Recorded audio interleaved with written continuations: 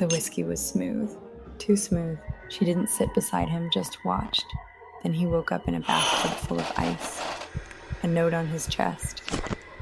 Call 911 if you want to live. Like, subscribe, and keep an eye on your drink. He was just passing through.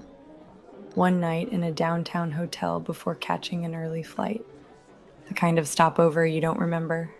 Bland room, overpriced minibar, elevator that takes too long. He told himself he wasn't going to drink, wasn't going to swipe. He'd done enough of both lately, and all it ever led to was regret and a new zip code. He sat at the hotel bar, swirling his whiskey, debating whether to open the app anyway. Why swipe? He muttered, just to get ghosted in a different city. The bar was low-lit, classy in a way that tried too hard. Leather stools, overpriced cocktails, soft jazz looping on cheap speakers. He was halfway through his drink when he noticed her.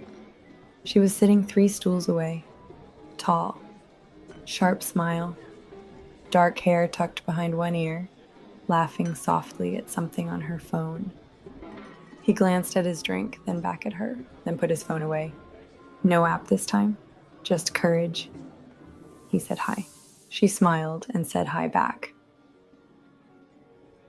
Her name was Tess. Said she was a liquor rep, traveling between cities for a boutique whiskey company. Joked that she hated hotel bars, but this one had better lighting than most. She mentioned she wanted to eventually do something that helps people. Vague, altruistic, but genuine. She bought the second round. Teased him for being surprised. What, you think you're the only one who can treat someone? They talked for hours. She was easy to laugh, confident, cool without being intimidating, effortlessly charming, the kind of woman who makes you forget you're supposed to be careful.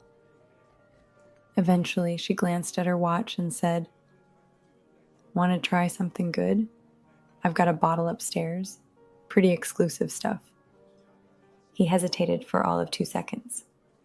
Room 261. Her room was a clear upgrade. Sleek furniture, softer lighting, art that wasn't screwed into the wall.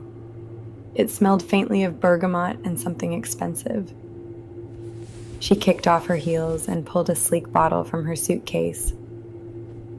"I brought this one for a client tomorrow," she said, setting it on the table.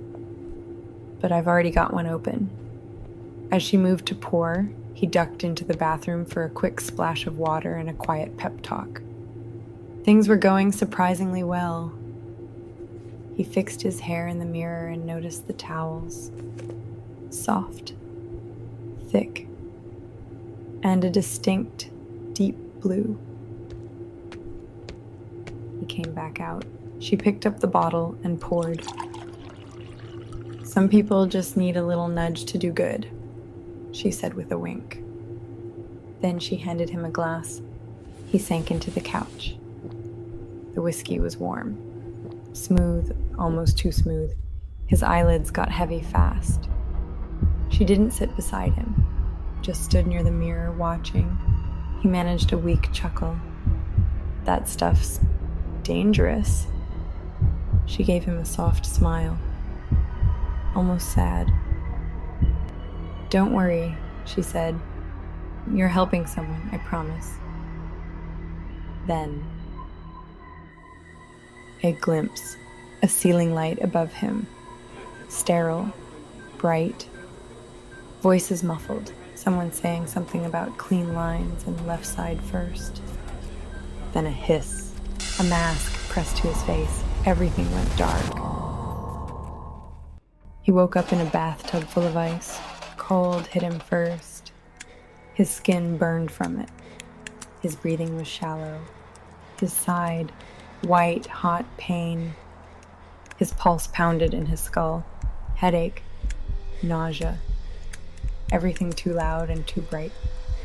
He tried to sit up and immediately collapsed. A note was taped to his chest. Call 911 if you want to live. He turned his head slowly. Every movement hurt. The room wasn't right. The tub was on the opposite wall. The counters were cheap laminate. The towels were thin and white, not blue. This wasn't room 261. On the counter, next to his phone, already unlocked and waiting, was the bottle of whiskey from before and a second note scribbled neatly and propped against it. I really did have a great time. XO, Tess. That's when it hit him. They moved him. They were prepared. He made the call. Paramedics came, police. They kept him in the tub for a moment while they assessed. One EMT muttered, "Clean incision," done by someone who knew exactly what they were doing. A cop crouched beside him. "Do you know who did this?" He tried to speak, nodded faintly. "Tess," he rasped. The cop looked over at the bottle and note, then back to him. "You're not the first." "You're lucky," he said quietly. "Most don't wake up with one left. Some urban legends fade over time, but others refuse to be forgotten. They change. Details shift. But the warning always remains the same. Some say it's just an urban legend, but legends have a way of coming back. What do you think? Have you heard a different version?